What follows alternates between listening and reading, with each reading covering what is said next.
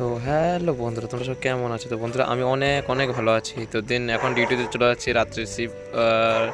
রাত্রের শিফট তো বুঝতে পারছো কটার দিকে হয়।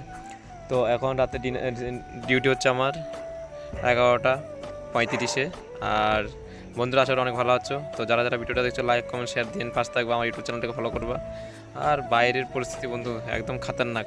মানে কি বলবো, বাইরে একটা কোম্পানিতে জব করছি, মানে এতটা পরিশ্রম, মানে ভাবতে পারিনি। ইন্টারভিউ যেভাবে নিয়েছিল ভাবছিলাম তো সেভাবে যে রেইনকোট নিয়ে যাচ্ছি, সকালে যদি বৃষ্টি হয় সেটা পরে চলে আসবো। আর এখন ট্রেনে করে, বাসে করে যাব। আর এই যে হেলমেট তো রাখতে হবে সবসময় মাথাতে, হেলমেট না রাখলে কাজই হবে না। আর কি বলবো বন্ধুরা, আর কে কোথা থেকে ভিডিও দেখছো অবশ্যই কমেন্ট করবা। আর বন্ধুরা, তোমরা কেমন আছো একটু কমেন্ট করে জানাবা। আর বাইরের পরিস্থিতি খুব খারাপ, মানে মোটামুটি আমি ভালো আছি, বাস কোনো মতো চলে যাচ্ছে আর কি।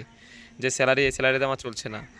আর যারা যারা করতে ইচ্ছুক এসব কাজ, তারা অবশ্যই আমার কন্ট্যাক্ট নাম্বারে যোগাযোগ করো, 9148298718।